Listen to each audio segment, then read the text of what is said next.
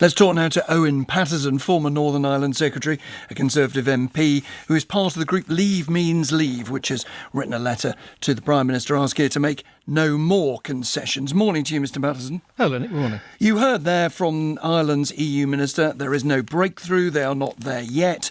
Should the Prime Minister be prepared to say today there will be the same regulations north and south of the border, therefore there will be a guarantee of no customs regulation? Well, at the moment, there is a border.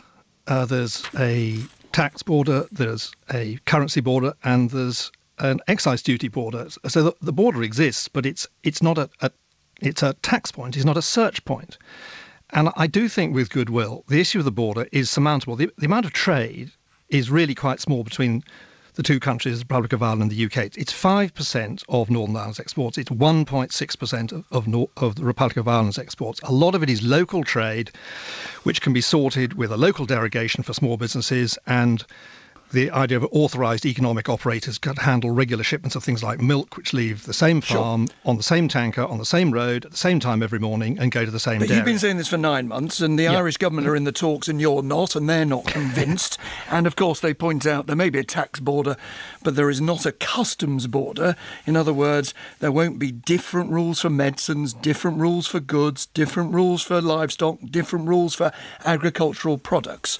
So, I say again, should the Prime Minister make a promise to them? Should the Prime Minister say to the Irish government, OK, we'll have exactly the same regulations as you do?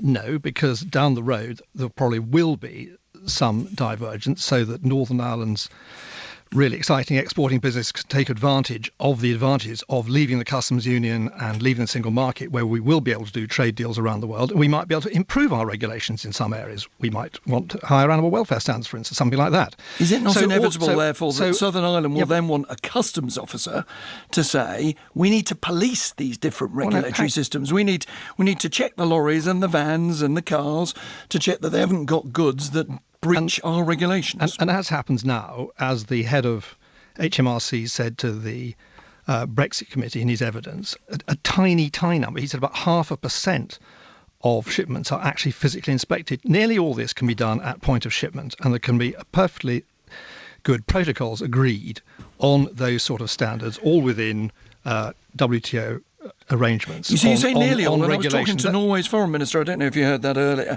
and asking her about the Norway-Sweden border. Now remember, Norway's in the single market. We are proposing, or the British government is proposing, that we will be out of it. And what happens in Norway, according to the Swedes on one side, is it's harder to deal with them than it is to deal with the Chinese in terms of bureaucracy. And even Norway's foreign minister said there were problems. Well, that's a issue for the Norwegians and the Swedes to sort out. There are parallels. But the fact is we have incredibly close relations with the Republic of Ireland. This trade is generally small. As I've just said, it's regular, and it can be handled with modern communication techniques, electronic invoicing, etc. And I have high hopes, because I worked very closely with Simon Coveney when he was the agriculture minister, and they had the presidency of the EU, and he really got a grip on it. Yeah. And he was a very practical, sensible guy to deal with, and we wouldn't have got the CAP reform through without his help. OK, the Irish problem's not the only problem. I want to ask you about the problems you're creating, which is by setting out new red lines. Yeah, can I just mention one really important point for Northern Ireland, and that is it would be disastrous for the Belfast Agreement to put a line down the Irish Sea and to have Northern Ireland hived off with some separate standards, as some people in the Dublin political establishment are asking for. That would be really very damaging. And really big figures like David Trimble, who played an absolutely heroic part in getting the Belfast Agreement through, have made a very clear warnings on that. So that it's absolutely emphatically there can be no special arrangements for Northern Ireland separating them from the rest of the UK. Well, that is a red line that you're setting, but your group Leave Means Leave have also set a whole series of other red lines for Theresa May. Now, yesterday, Jeremy Hunt, the Health Secretary, said if there's no Theresa May, there'll be no Brexit. Do you accept that, and therefore that it may be time to let the Prime Minister get on with it rather than making her life harder? Oh, absolutely. Jeremy's quite right. We want to get right behind the Prime Minister in this. Some of the alternative to Theresa May is some completely batty Corbyn government dominated by momentum, according to the papers this morning, where they're kicking Well, out hold on, traditional before you have a go Labour- at the Labour Party, No, hang on. you're having a go at the Prime Minister, for goodness sake. You've just No, I'm issued not. a letter I'm right on the behind day her. before. You can't be right behind her. She's about to go to Brussels, and instead of saying, on you go, Prime Minister, you've listed 7 things that she mustn't concede. Okay, If that's backing the Prime Minister, I don't know what opposing her means. Let me finish the Labour No, point. don't talk about the Labour Party if you wouldn't mind. You're here to talk about the government.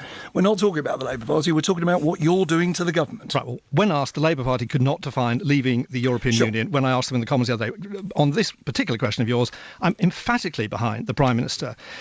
She fought the general election and got a very clear statement from millions of voters, second highest vote we've ever had after John Major. And that was backed at the time by the Labour Party in their manifesto. She then made a very generous speech in Florence, which I think has been handled, frankly, with churlishness and intransigence by the European Union, offering money, which the House of Lords Committee says we don't have to offer, and that's been thrown back. So where we need to get... Sorry to interrupt, but we're short of time. No, hang on. Do your red lines mean anything? Are you actually going to vote do. against the government if she doesn't deliver? No. What we're talking about is making it very clear to those with whom she will be meeting today for lunch and negotiating with next week that they have been dragging their feet on the issue of the end economic relationship. It is massively in the interest of everyone across the European Union that we establish reciprocal free trade without tariffs. Understood. And she's Owen made a Paterson. generous offer on money, and they've not come back to that, and it is absolutely vital we get onto the end trading relationship. Got to leave it there, on I'm which afraid. 5 million European jobs depend on exports to the UK. Owen Paterson, thank you for taking the time to join us.